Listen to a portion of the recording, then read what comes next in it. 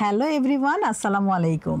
সবাইকে আমন্ত্রণ জানাচ্ছি আমাদের নিয়মিত আয়োজন নারী উদ্যোক্তার সাফল্য অনুষ্ঠানে, এবং সাথে আছি আমি হাসিনা আনসার নাহার। প্রিয় দর্শক, প্রতি পর্বে আমাদের স্টুডিওতে একজন নারী উদ্যোক্তা আমন্ত্রিত থাকেন। আজকে আমাদের সাথে আছেন নাদিরা পারভিন। তো দর্শক, চলুন আমরা চলে যাই নাদিরা পারভিনের কাছে। কেমন আছেন আপা? ভালো আছি। আপনাকে অনেক প্রিটি লাগছে, মাশাআল্লাহ। ধন্যবাদ। এবং আপনার যে কালার কম্বিনেশন, মানে কি বলবো, জাস্ট ওয়াও। বোঝাই যাচ্ছে যে আপনি কাপড় নিয়ে কাজ করেন। দর্শক, আমি কিন্তু ধরে ফেলেছি আপু। Thank you very much. কি নিয়ে ব্যস্ততা চলছে আপা? আসলে আমার একটা বুটিক শপ আছে, ওটা নিয়ে ব্যস্ত থাকি ম্যাক্সিমাম টাইমটা। তো ডিজাইনের কাজ করি, তারপর আমার কাস্টমার থাকে। আমাদের তো ফ্যাক্টরি উইথ শোরুম, তো ফ্যাক্টরিতে মাঝে মাঝে সময় দিতে হয়, আবার কাস্টমারকেও সময় দিতে হয়। কারণ কাস্টমারকে সময় না দিলে কাস্টমার পাওয়া যাবে না। রাইট। এবং কাস্টমার এমন একটা মানে লক্ষ্মী বলবো আমাদের শোরুমের, যে কাস্টমারকে আমরা লক্ষ্মী বলি, যে তাদেরকে বুঝানো, তাদেরকে কনভিন্স করা, যে কোনো প্রবলেম তাদের কাছে শোনা, এটা খুব ইম্পর্টেন্ট একটা ব্যাপার। অবশ্যই। তা না হলে তো দীর্ঘ 98 সাল থেকে 25 সাল পর্যন্ত বিজনেসটা আমি ধরে রেখেছি। দীর্ঘ সময় ধরে। সব কি রিপিট কাস্টমারই আপনার? আমার 98 সাল থেকে যে কাস্টমার ছিল, ইনশাল্লাহ আমার আজ অবধি এখন পর্যন্ত সেই কাস্টমারগুলো আছে। বাহ, চমৎকার। মানে আপনি তাদেরকে ধরে রাখতে পেরেছেন, যে আসলে তারা কি পছন্দ করে, কোন কালারের সাথে কোনটা যাবে বা কোন ডিজাইন তারা চুজ করে। তো এটা কিন্তু মানে এরকম হয় না যে এতদিন ওই একই কাস্টমার আপনি কিভাবে ধরে রেখেছেন। এটার মূল মন্ত্র আসলে কি? ভালোবাসা। দর্শকদের একটু বলেন। এটা আসলে সত্যি করে বলবো যে কাস্টমার যেটা চায় সেটা আসলে বুঝতে হবে। আমি মনে করি বিজনেস ক্ষেত্রে খালি লাভের কথা চিন্তা করলে হবে না, বিজনেসের কথা চিন্তা করলে হবে না।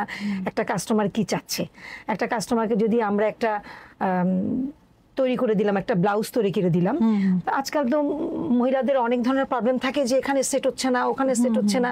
তো আমার এখানে ফিটিংনেসটা খুব সুন্দর হয়। মেয়েদের মেইন চাই হলেও ফিটিংটা সুন্দর, শেপটা সুন্দর করতে হয়, ব্লাউজের কাটিংটা সুন্দর করতে হয়, আজকাল ফ্যাশনেবল জিনিস তৈরি করতে হয়। এগুলোর জন্য কাস্টমার আমাকে খুব মানে ওনাদের চাহিদা অনুযায়ী আপনি সেটা ডেলিভারি দেন। এটা তো চমৎকার। তো নারী উদ্যোক্তা হয়ে ওঠার শুরুটা আসলে কিভাবে? শুরুটা জানতে চাচ্ছি। আসলে এটা তো লম্বা গল্প, আমি ছোট করে বলি। হ্যাঁ, অবশ্যই। 98 সালে যখন আমার হাজবেন্ড মারা যান, তখন আমার বাচ্চা দুটো তো ছোট ছিল, 2 বছর 9 বছর। তো ওদেরকে ছোট ছিল যেহেতু, ওই সময়টায় কি করব, তখন আমি ওই সময়টায় চিন্তা করে দেখলাম যে আমি যদি বাইরে জব করি, বাচ্চাগুলোকে আমি ঠিক মতো ওদের দিকে নজরদারি করতে পারবো না। ওই কারণে আমি তখন চিন্তা করলাম যে ওদেরকে আমার মার কাছে রেখে আমি ছোট ছোট কোর্সগুলো কমপ্লিট করলাম বাসায় থেকে। কোর্সগুলো কমপ্লিট করে বাসাতেই আমি একটা মেশিন নিয়ে সবকিছু শুরু করলাম। শুরু থেকে বাস, তারপরে আমি 2 বছর পরেই একটা শোরুম দিয়ে দিলাম। তো সেই শোরুমের ভাড়াটা ছিল তখন আমার 2200, আজকে আমার 35,000 টাকা শোরুম ভাড়া। দর্শক, আপনারা দেখেছেন, শুনলেন তো আপুর গল্প। আসলে লেগে থাকতে হবে, আপনার লক্ষ্যটা আগে স্থির করতে হবে এবং আপুর মতো ধৈর্য সহকারে লেগে থাকতে হবে, তাহলেই কিন্তু এরকম একটা আউটপুট পাবে। এবং এত বছর ধরে ওনার সেই রিপিট কাস্টমারই আছে। মানে আমার কাছে এই জিনিসটা একদমই অবাক লাগলো। এরকম কিন্তু আমরা অনেক গেস্ট এসেছে, বাট এরকম আমি মানে এই প্রথম শুনলাম যে ওই কাস্টমারগুলোই। তো নতুন কাস্টমারের জন্য আসলে আপনি কি অ্যাপ্লাই করেন? নতুন কাস্টমার যারা আমাদের কাছে আসে তারাও আমার পুরনোই হয়ে যায়। ওই দ্বিতীয়ত কথা হচ্ছে, অনেক সময় এমন আছে যে আমি না থাকলে শোরুমে এসে যে ভাবি নাই, ওকে জাস্ট কাপড়গুলো রেখে চলে যায়, ভাবি কখন আসবে, 1 ঘন্টা পর আসবে, আমি আসবো, ভাবিকে বুঝাতে হবে। আচ্ছা, অনেক সময় ফোনেও আমরা কাজ করে ফেলি, ফোনেও কাজ করে ফেলি। তো মেইন মূলত হচ্ছে আমার কাস্টমারগুলোকে আমি বুঝি, যে কোন একটা কাস্টমার ঢুকলে আমরা বুঝতে পারি যে কাস্টমারটা কোন জিনিসটাতে খুশি হবে, এটা মোস্ট ইম্পর্টেন্ট। এবং খুব ধৈর্য সহকারে একটা মানুষের সাথে কথা বলা, তার কথাগুলো বোঝা, এটা অনেক বড় একটা ব্যাপার। না, অবশ্যই। কাস্টমারকে ইম্পর্টেন্সটা না দিলে কাস্টমার তো কখনো কষ্ট পায়। না, এটাই তো আসলে প্রথমে আমাদের ব্যবহারটা ঠিক রাখতে হবে। Right. এই প্রফেশন এমন একটি প্রফেশন, এখানে আপনাকে হাজারো মানুষের সাথে কথা বলতে হবে, হেসে কথা মিশতে বলতে হবে, হবে। এবং হ্যাঁ, আপনার ভেতরে যতই দুঃখ থাক, কষ্ট থাক, রাগ, অভিমান, কিন্তু সেটা প্রকাশ করা যাবে না। যাবে না। আহ, মানে বলা হয় যে এই প্রফেশনে আসতে গেলে, মানে এই ধরনের প্রফেশনে ইগোটা বাসায় রেখে আসতে হবে। সঠিক। আচ্ছা, আপনার উদ্যোক্তার জীবনে অনেক তো চ্যালেঞ্জ এসেছে, ফেসও করেছেন। চ্যালেঞ্জগুলো কি শেয়ার করা যাবে? কিভাবে ফেস করলেন? আসলে উদ্যোক্তা জীবনে চ্যালেঞ্জ এসেছে এটাই যে পরিশ্রম পরিশ্রম ছাড়া কিছুই হয় না। আর বাধা কি আসেনি? বাধা, আমি আসলে ফাইন্যান্সিয়াল দিক দিয়ে খুব একটা বেশি সচ্ছল ছিলাম না। আমি যেটা সত্যি করে বলবো যে ফাইন্যান্সিয়াল দিকটা আমি সচ্ছল ছিলাম না। আমি অল্প কিছু টাকার পুঁজি নিয়ে আমি বিজনেসটা চালু করেছি। তো ধীরে ধীরে আমি গতিবেগ বেড়েছি। যে কিছু আজকাল যেরকম আমরা শোরুম দেখি যে একদম ধুম করে অনেক টাকা দিয়ে সাজায় এটা যে শোরুম করতে পারে, আমি এভাবে পারিনি করতে। তখন আমি ছোট থেকে এ পর্যন্ত করে আসছি, সবকিছু নিজের করতে হয়েছে হাত থেকে। এবং আমি যে প্রথমেই বললাম যে আমার নিজের সবকিছু শিখতে হয়েছে। আমি এই হাতে ব্লক করেছি, এই হাতে কাটিং করেছি, এই হাতে মেশিন চালিয়েছি, সবকিছু আমি একা একা করেছি। এটা আমার জীবনে অনেক বড় স্ট্রাগল ছিল, ছেলে মেয়েকে মানুষ করা। এবং আমার জীবনের সবচেয়ে মানে প্রথম উদ্দেশ্য ছিল বাচ্চাগুলোকে আমি একটা জায়গায় সেটেলমেন্ট করব। কারণ আমাদের একটা মাদের তো এটাই স্বাবলম্বন যে হ্যাঁ, অবশ্যই সন্তান যেন সুস্থ সুশিক্ষায় মতো থাকে, ভালো মতো সুশিক্ষায় সুশিক্ষিত হয়। এবং আমার এইটাই প্রথম এইম ছিল। আল্লাহ তাআলার কাছে শুকর, আলহামদুলিল্লাহ, যে আমি আমার বাচ্চাগুলোকে একটা জায়গায় সেট করতে ওরা পারছি। কি করছে? আমার ছেলে এখন সেনাবাহিনীতে আছে, ওয়াও, মেজর। মাশাআল্লাহ, মাশাআল্লাহ। আমার মেয়ে দিল্লিতে আছে, ইউনিভার্সিটিতে পড়ছে, শারদাতে। আর আমার বৌমা, ছেলের বউ আছে, বৌমা আছে কুয়েতে মিশনে, বাহ, একটা নাতনি আছে। আমার বৌমাও খুব সুন্দর আপনার পরিবার, এবং আপনি কত সুন্দরভাবে ওদেরকে মানুষ করেছেন, প্রতিষ্ঠিত করেছেন এবং সময় দিয়েছেন। এবং ওরা যখন একটা পর্যায়ে এসেছে তখন আপনি আপনার উদ্যোক্তা লাইফটা আমি শুরু করেছি। এটা অনেক গোছানো একটি কাজ হয়েছে আপনার, এবং এখন কিন্তু আপনি স্বাধীন মনে সুন্দর করে করতে পারছেন আপনার কাজগুলো। আর ওই সময় যখন বেবিরা ছোট ছিল, ওই সময় করলে এইভাবে হতো না, এবং ওদেরও কিন্তু বেড়ে ওঠা, হ্যাঁ, ওই পরিবেশটা ওইভাবে ওরাও পেত না। ওদেরও একটু এই যে আজ হ্যাঁ, প্রতিটা মায়েরই কিন্তু একটা সময় থাকে বাচ্চাকে দেয়ার, ওই গ্রোথের সময়, ওইটা দিতেই হবে। ওই সময়টা যদি মা পাশে থাকে, সাথে থাকে, মানে বড় করার পেছনে, ওইটার আউটপুট, এই যে আপনার সন্তান যেমন আউটপুট দিয়েছে ঠিক তেমনই কিন্তু হয়। তো এটাও কিন্তু একটা লিসন, দর্শক, আপার কাছ থেকে আমাদের এটা যে জানার এবং শিখারও একটা ব্যাপার আছে। তো আপা, আপনার এই উদ্যোক্তা হয়ে ওঠার পেছনে কার অবদান বেশি, মানে কে অনুপ্রেরণা দিয়েছে? আসলে উদ্যোক্তা হয়ে ওঠার পিছনে অনুপ্রেরণা হচ্ছিল, প্রথমেই বললাম যে বাচ্চাগুলো যখন এত ছোট ছিল তখন ভাবলাম যে বাইরে যদি আমি জবে ঢুকে যেতাম, মেয়েটার বয়স 2 বছর। আর সত্যি কথা বলতে যে বাস্তবতা যেটা, যে আমি যখন একা ছিলাম তখন তো আমার পাশে কেউ ওরকম থাকে না নর্মালি। তখন বাচ্চাটাকে সময় দেওয়া, ছেলেটাকে সময় দেওয়া, ওই সময়টাতে তখন চিন্তা করে দেখলাম যে আমার আসলে ঘরে বসেই আর্ন করব, বাচ্চাদেরকে ভালো মতো টেক কেয়ার করব, এবং যেভাবেই পাই না কেন বাচ্চাগুলোকে একটা পর্যায়ে নিয়ে আসতে হবে। ওই যে আপনার যে মানে স্পিরিটটা, একটা লক্ষ্য ছিল যে আমি এটা করব, আপনি কিন্তু করেছেন। কারণ আমার বাবা মা সবসময় বলতো যে তুমি অনেক কষ্ট করতেছো, পারবা না। আমার মা বলতো সবসময় যে মা বাদ দাও, কিন্তু আমার বাবা সবসময় বলতো যে ও যেভাবে যাচ্ছে সেভাবে যেতে দাও, ও পারবে। বাহ, চমৎকার। বাবা মাই তো শক্তি আসলে, না, অনুপ্রেরণার উৎস। আপনার ভবিষ্যৎ পরিকল্পনা কি, মানে নিজেকে 5 বছর পরে আপনি কোন অবস্থানে দেখতে চাচ্ছেন? আসলে আমি যে শোরুমটা নিয়ে আছি, তো শোরুমটা তো একই জায়গাতেই, এবং আমি বলতে চাচ্ছি আমার 98 সাল থেকে যে শোরুমটা আমি ওখানে নিয়েছি, আমি ওখানেই এখন স্ট্যান্ড বাই আছি। তো আমার ইচ্ছা আছে যে আমি আরো শোরুম বিভিন্ন জায়গাতে, আমি একটু বাইরে, দেশের বাইরে কিছু ইন্টারন্যাশনাল ট্রেড ফেয়ার গুলা করতে চাই বিভিন্ন জায়গাতে। এবং এছাড়া তো আমি দেশের বাইরেও বিভিন্ন কাপড় আমার যায়, যে আমি চাচ্ছি যে আমার বিজনেসটা যেন একটু প্রসার হোক, মানে আন্তর্জাতিক পর্যায়ে একটা ভালো স্বীকৃতি পাই। বুঝতে পেরেছি। তো আপনি যেহেতু এত দূর এসেছেন বুদ্ধিমত্তা, সৃজনশীলতা দিয়ে, আর সামনেও আপনার ভবিষ্যৎ, আমার মনে হয়, দর্শক আপনারা কি বলেন, আপা অবশ্যই আন্তর্জাতিক পর্যায়ে একটা ভালো রিভিউ আনতে পারবে। এবং আমরা আপুকে দেখব বিভিন্ন দেশে, আপু মেলা, সেমিনার, ওয়ার্কশপে মানে অনেক, আচ্ছা আপু, এখন তো অনেক উদ্যোক্তা হচ্ছে, কিন্তু ওয়ার্কশপের যে ব্যাপারটা বা সেমিনারের, এগুলোর কি প্রয়োজন আছে এবং এটা আসলে কতটা অবশ্যই প্রয়োজন গুরুত্বপূর্ণ? আছে। আসলে আমরা যেটা করি, বিজনেস তো যে অনলাইনেও হচ্ছে, আমরা আউটলাইনেও করছি, কিন্তু মেন করছে যে অফলাইনেও বিজনেস করছি, অনলাইনেও করছি।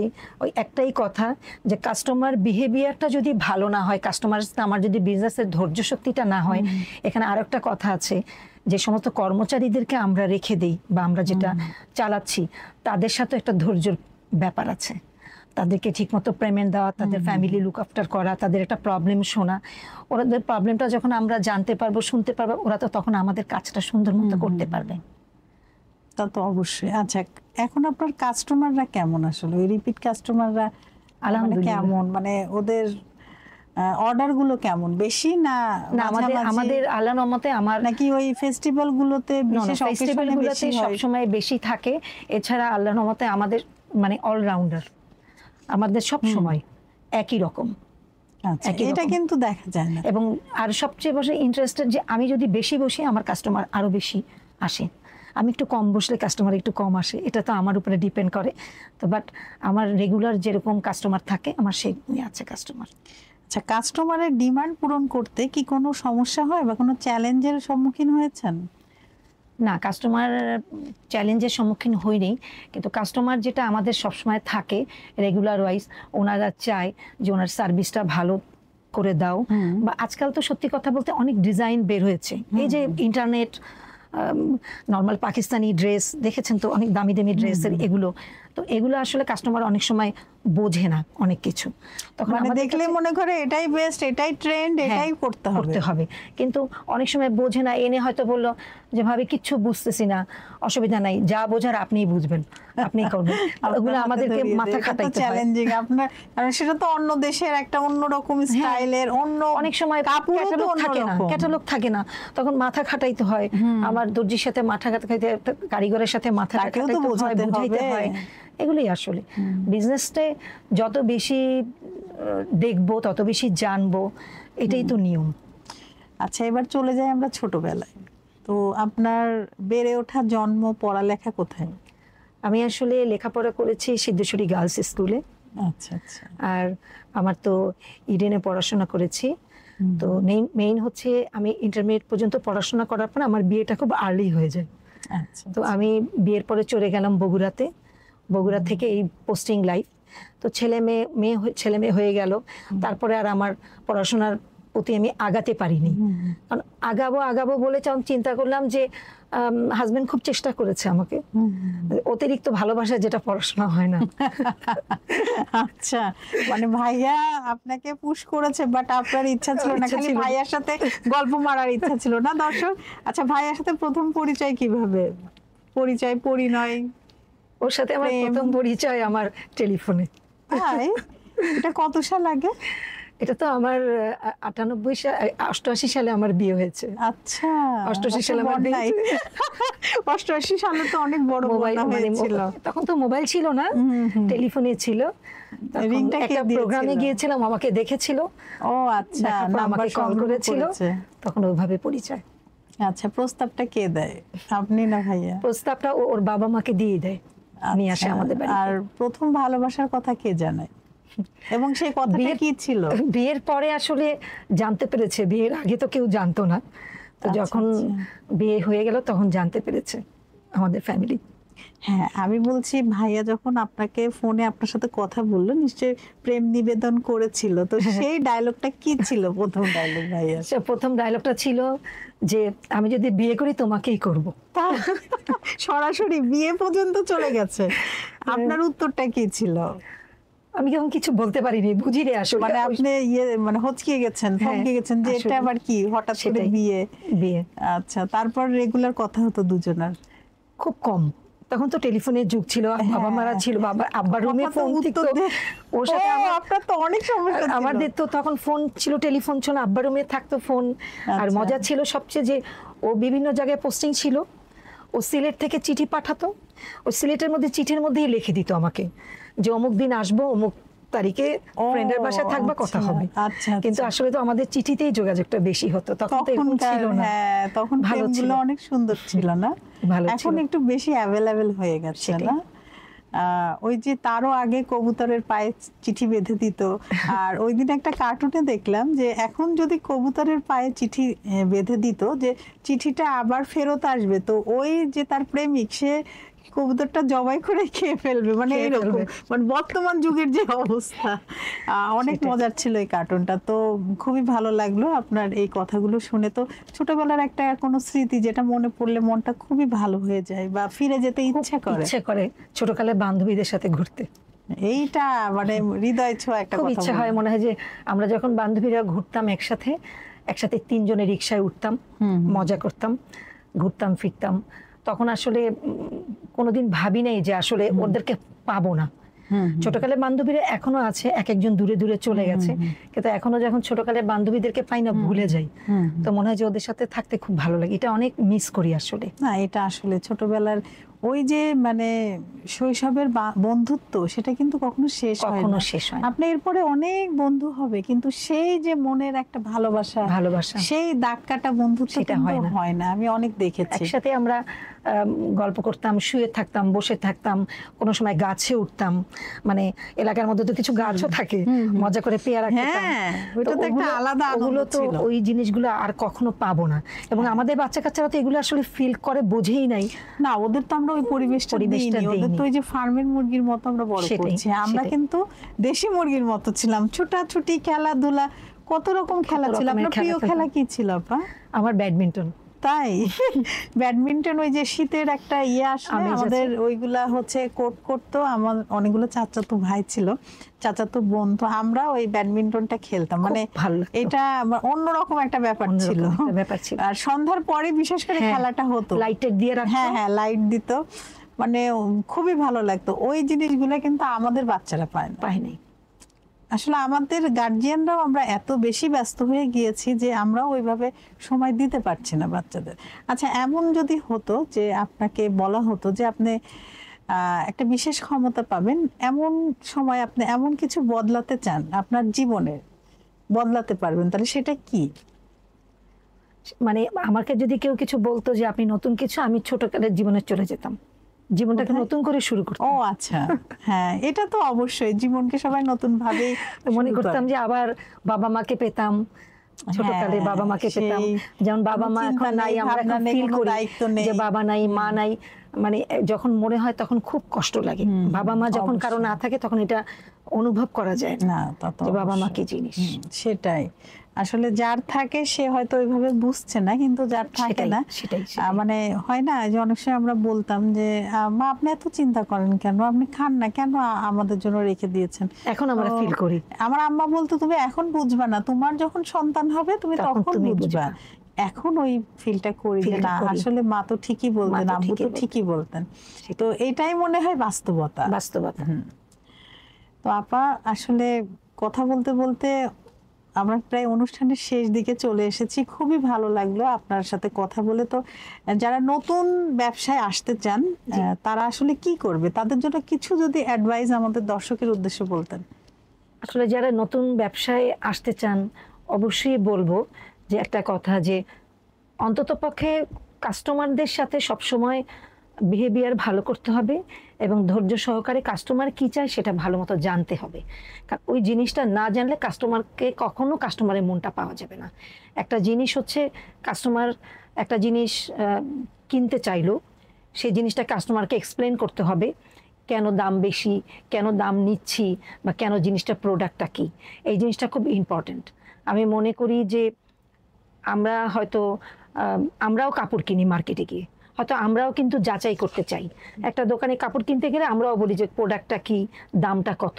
তো কাস্টমার অনেক সময় বার্গেনিং করে, মানে রেগে যাওয়া যাবে না, তাকে বুঝাইতে হবে। না যদি হয় আর একটা দোকানে সে যাচাই করবে, সে কম্পেয়ার করে আপনার দোকানে অবশ্যই ফেরত আসবে। আপনার একটা কথা আছে, আপনার প্রোডাক্ট ভালো হলে আপনাকে খুঁজে সে বের করবে। এবং আপনি যখন জিনিসটা ভালো দিবেন, আপনি যখন সার্ভিসটা ভালো দিবেন, সে ঘুরে ঘুরে এসে আপনার কাছেই আসবে, এটা আমার বিশ্বাস। চমৎকার ভাবে বলেছেন আপনি, অনেক সুন্দর ভাবে বলেছেন। দর্শক, আমাদের কিন্তু অনেক কিছু শেখার আছে আপার কথা থেকে।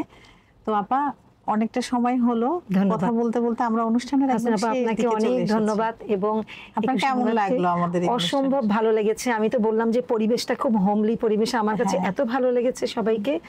এবং ইনশাল্লাহ আমি চাই যে আমাদেরকে সবসময় আপনারা ডাকবেন, আমরা আসবো, নতুন নতুন তথ্য দিব এবং আমরা এরকম নতুন নতুন কিছু কাপড় পরে এসে দেখাবো। হ্যাঁ, আপার এই শাড়িটা কিন্তু চমৎকার, আপনারা দেখছেন। উনি এই শাড়িটা কিন্তু কাস্টমাইজ করেছেন, দেখেন কি সুন্দর লেজ লাগিয়েছেন।